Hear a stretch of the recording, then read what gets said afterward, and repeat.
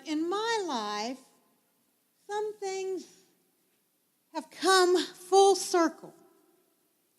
And one of them is the phrase, amazing things. The first Sunday that I was at a Unity service, I was giving the blessing that we do each week at Bon Air. It's the next slide. When they welcome visitors and ask you to state your name and give you a package, everybody gets introduced, and then the whole congregation does this blessing. So it's supposed to be, we behold the Christ in you, but I had a brain something, so we can say behold. So let us give this blessing to one another. We love you, we bless you, we appreciate you, and we behold the Christ you are, and we see you doing amazing things. So I remember finding that touching my heart, and I was thinking, I don't remember the last time anyone ever said anything like that to me. It was magical. Do you remember the first time you received that blessing? When I was in Kansas City starting my SCE classes, one teacher had us draw a card from a stack that she made to go with her book called You Have Come Here to Be. And each card had a word on it, amazing, full of grace, edgy, like 50 different words. And I pulled out the card, amazing, at the start of my educational journey. And then just most recently at my ordination ceremony in Detroit, one of my classmates is married to a Grammy award-winning singer. And I had met him last year when I graduated. He's just finished his first year at Detroit. And he was asked to sing at the ordination service. And so I came up to him and I said, what are you singing? I'm so excited. And he said, Amazing Things. And I didn't know that song particularly at that moment, and I thought, well, darn, it's not one I know. And then when he sang it, it was so beautiful, and it still hadn't clicked with me that all this amazing thing stuff was going on. So we stood in a circle wearing our stoles, and he sang to us, and then we sang along. But it wasn't until I was back in Richmond that this realization hit me, that I had come full circle with this phrase, amazing things. I had dared to leave the place where I had spent 30 years as a pastor to find a place where I could be authentically myself. So that blessing that was given to me on my first Sunday took root and called me into doing something amazing. And then the final thing that happened was, as we repeated the ordination at Bon Air, and one of our musicians gave me a card, and I meant to bring it, but I got left behind, and the front said, amazing. And at the same time as I'm claiming all this has been happening, I acknowledge that you and I are still doing amazing things and have amazing things yet to do. So the circle begins anew for me, particularly as I'm going through all this interviewing process. Oh my gosh.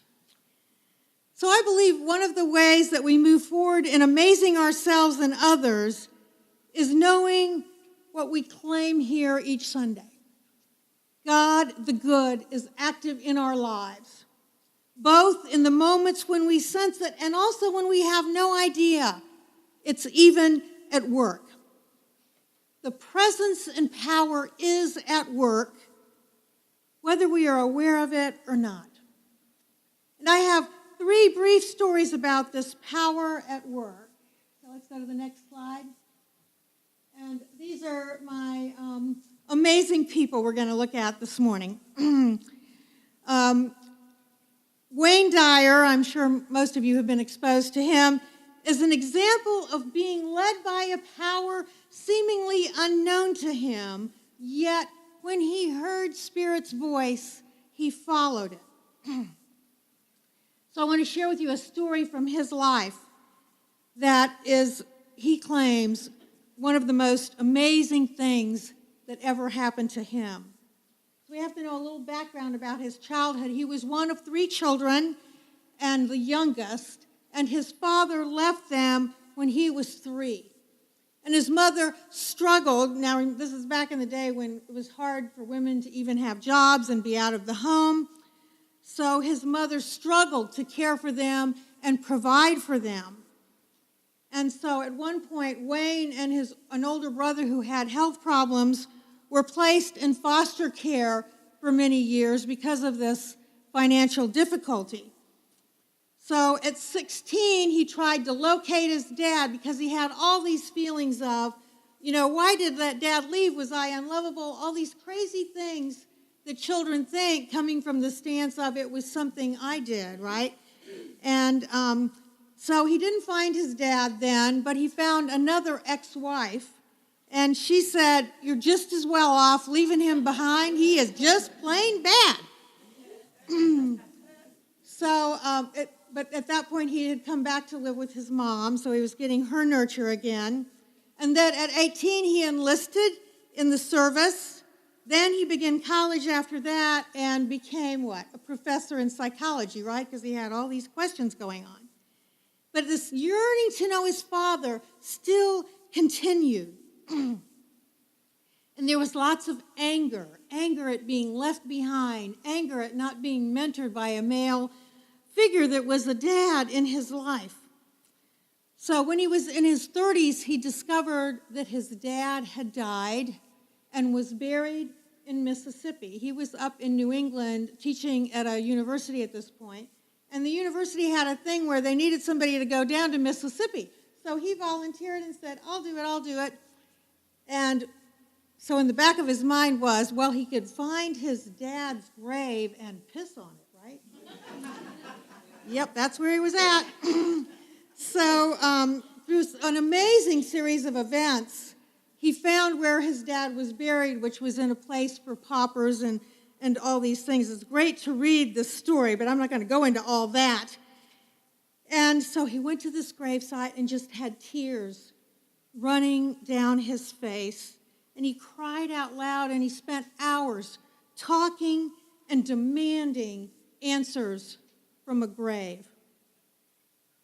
And ultimately, a deep sense of relief came, a sense of calmness came, and there was still the sadness. And he sensed a presence that he could not understand. So he's in a rental car. He heads back to his rental car to go on to the next thing to do. And he hears in his head this voice that says, "Go back, you're not done."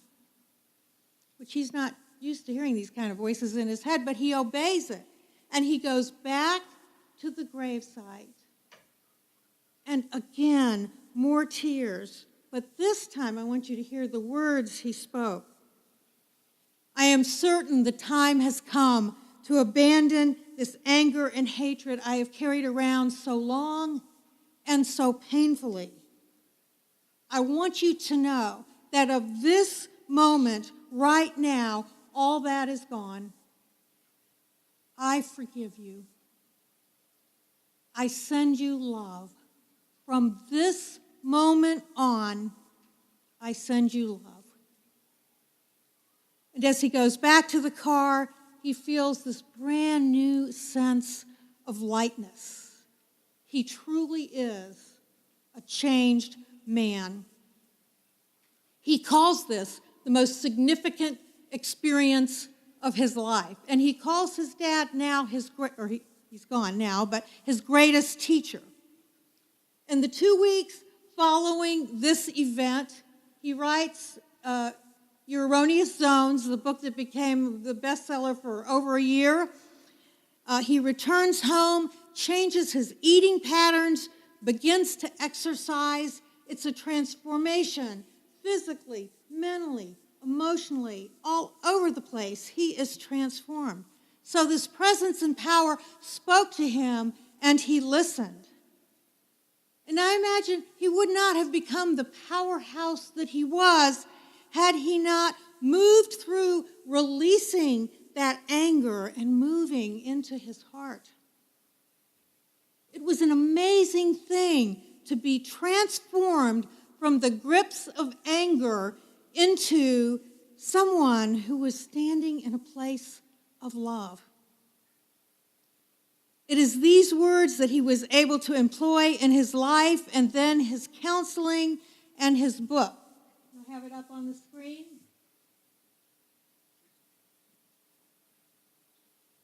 If you are distressed by anything external, the pain is not due to the thing itself, but to your own estimate of it. And this you may have the power to revoke at any time. Those are actually Marcus Aurelius's words. But if you want to put this in unity language, we could say we are responsible for how we process any external event, because what's going on is our perception, our thinking, our feeling around what we're looking at. So when we get that, our thoughts and our words are creating our reality. I mean, even though as he did this at the grave, I don't know that he was thinking that, but that was what powered this whole new life, a new way of thinking, a new way of saying. Instead of, I'm angry, I hate you, I'm disappointed in you, where the hell were you? He goes to, I send you only love. Okay, so the second person is Ruth Mosley. She was the middle picture. She is one of my heroes, and you've probably never heard of her. I had not either until I enrolled in the Unity School in Detroit, which is she founded it.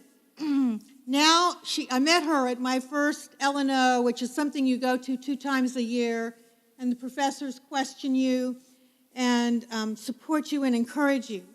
So now she has retired and she lives with a daughter in North Carolina. But it was her divine idea to make teachings available in Detroit so people could study and stay in Detroit, working their jobs and being with their families. Ruth was African American, and she realized her people needed to step out of the generation after generation of error thought. So I want you to listen to the strength in her story. Let's go to the next slide. We have the strength definition. The ability to be resilient, endure, persist, stay the course, persevere, and be mentally tough. And strength and faith are connected. So here's her story. She comes from a very poor background with only an 8th grade education. When she's in her teens, she is assaulted and becomes pregnant. She has a son in her teens, so really a child, raising a child. And she wants to step away from the poverty she and her family have been in to provide an option for her children. And somewhere along the line, a second boy is born, and she leaves her parents to find a job in the big city of Memphis. She's in this little, crazy little place that's rural, and she becomes a domestic. Then she gets a tip that she ought to go to Detroit for a better paying domestic job. So she goes up there and discovers Unity up there. And ultimately she marries, and her children are reunited with her. And when she discovers Unity, she's so taken with it. She has to do some kind of sacred service, and what she has to offer is cleaning. So she cleans this little old church until it shines. And then she's asked to teach the children. Well, she doesn't have much skill in this area, so she goes to the village to teacher workshops and learn this skill. Well, she excels at that. And the church ends up with 85 youngsters in her programming. And there's probably 12 adults coming to the celebration service. Finally, she seeks ordination. And now here's a really upsetting piece of Unity history that you have to know to understand her story. When she was attending the village, it was still a segregated world. And the Fillmores had not hit much enlightenment about this. The black students were not even acknowledged when they were walking around the campus. They were not called on when they raised their hands. They were asked to sit in the back of the cafeteria. But to me, the ugliest of all was they were not even allowed to spend the night on the campus. We are talking dreadful circumstances. And of course, this disgusted her, troubled her, shook her to the core. But she chose to stay the course to get her studies because she wanted truth teachings. She read Lessons in Truth over and over and over. She has Emily Cady's book in her heart and on her lips and puts it into practice. So she returned to Detroit, ordained, grew a church that expanded and expanded and expanded, and worked to get the urban schools started. And there were obstacles after obstacle after obstacle in her way. But she persevered until she was granted permission in 1979 to start the school. And this really didn't have so much to do with anything about race as it did. The school was already in Kansas City, and she was saying, we need another school here in Detroit, and the Unity Worldwide had to approve, and you had to get people to meet together with you, and blah, blah, blah, blah, blah. She would not give up because she had heard the divine call, this is your work to do. It began on a shoestring, as her church had. And later she saw technology moving ahead, and she asked a woman that worked for Silent Unity if she could help her get it online. And this is a woman I worked with a lot in my schooling, Dr. Catherine Thomas, who just retired as president of the school. And when I started, there were maybe 20 students. So Detroit was online before Kansas City was. It was much more affordable. It gave you the option to stay at home and do what you wanted to do. And I had gone to the village and found out you had to live there. And my commitment was to be with my parents. So, I left crying. I just said, well, I can't do that. So she gave individual after individual the opportunity to continue doing what they were doing, get this training, and put it into work. So when I was in there, maybe 20 people. At the point where I was ordained, 60 people were enrolled in this school. Her vision not only touched my life, but it continues to touch the whole Unity movement. That's where strength and faith take you to an amazing place. She embodies that strength and faith. She runs with them to do amazing things. And so when we stand in strength and faith, we have mountain-moving power to do like she did. We get in the flow to see our desires, the desires of our hearts, manifested. Okay, then we come to the next clip, which is actually a video, and it's from America's Got Talent. Now, I confess, I don't even watch these reality shows, but I had turned my computer on to hear the song Krista sang, Amazing Things, again, and while it was on the screen, this clip came up. Hello. I thought, well, I'll just look at it. Hi, how are you? Oh my And what's your goodness, name? that is Mandy perfect. Harvey, So, And who's this? we'll just watch it. my interpreter. What's your name? Sarah. Nice to meet you, Sarah. Nice to How meet are you, you? Sarah. Hi, Sarah. Doing well, thank you. Hello. Okay, Mandy, so I think I've worked this out. So you're deaf? Yes, I lost all my hearing when I was 18 years old. Wow. And how old are you now? 29, so it's 10 years. Wow. And Mandy, how did you lose your hearing, if you don't mind me asking? I have a connective tissue disorder, so basically I got sick and my nerves deteriorated.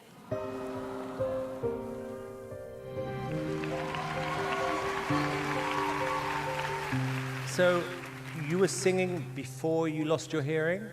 Yeah, I've been singing since I was 4. So I left music after I lost my hearing and then figured out how to get back into singing with muscle memory, using visual tuners, and trusting my pitch. So your shoes are off because you're feeling the vibration. Is that how you're following the music? Yeah, I'm feeling the tempo, the beat through the floor. And Mandy, what are you going to sing? I'm gonna sing a song that I wrote called Try. Okay, can you tell me what it's about? After I lost my hearing, I gave up. But I want to do more with my life than just give up. So. Good for you. Good for you. Okay, well, look, this is your moment, and good luck. Okay.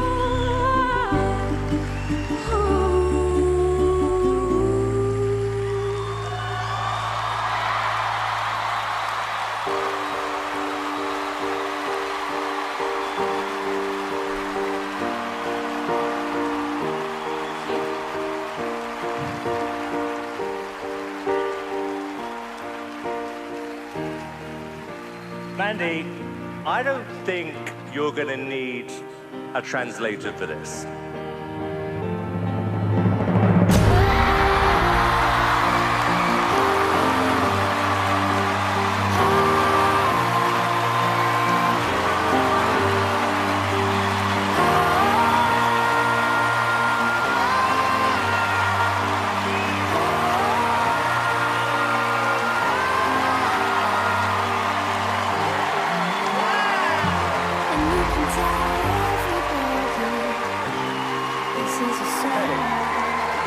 It's incredible.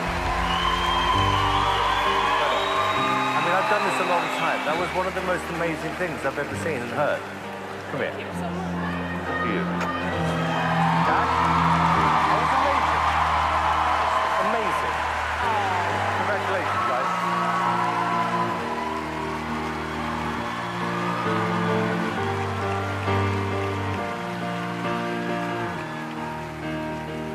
Honestly, I never think I'm going to be surprised or amazed by people, and then you turn up.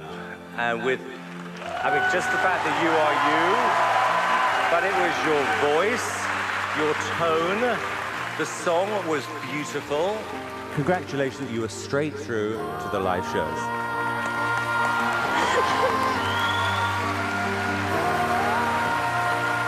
Mandy, you know what?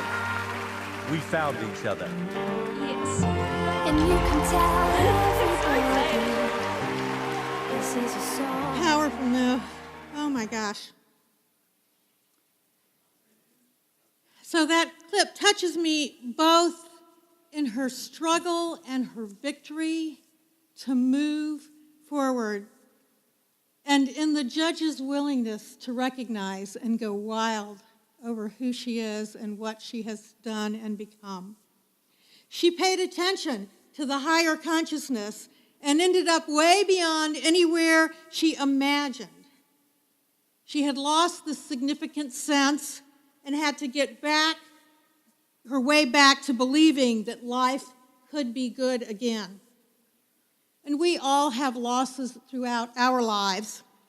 Some as significant as a partner transitioning, some related to health, some a loss in a relationship of someone still living. Those need to be grieved, and then we choose what is next. She moves from being stuck to allowing her creativity to give her a song for keeping on with her life with courage. So there really isn't a secret to all of this. It flows forth out of our 5 principles. This is one way to see it. Now, I'm not saying this is easy, but I'm saying it works. Let's go to our next slide. Principle 1, know who you are, God expressing. Well, this is really 1 and 2. Next one. Be aware of the thoughts that are creating your world and adjust as needed. Number 3. Next one. Follow spirit and your heart. This means listening in the silence. Number 4. And last one. Be willing to be outrageous. This is what every person did that we looked at. To forgive, to audition, to create a school, to do that which is difficult to do. And if you had said, this is what I'm going to do to some other people, they would have said, well, that's impossible, right? So we don't listen to those naysayers. So to conclude, I'm going to ask you to get a buddy and face one another, and if you're comfortable, hold each other's hands and affirm one at a time the truth from Megan's song. And this is in the future, so if you want, you can also say, you are doing, or you can say, you will do, whichever suits you. So stand up if you want, get your partner, one at a time. Okay? Oh, okay.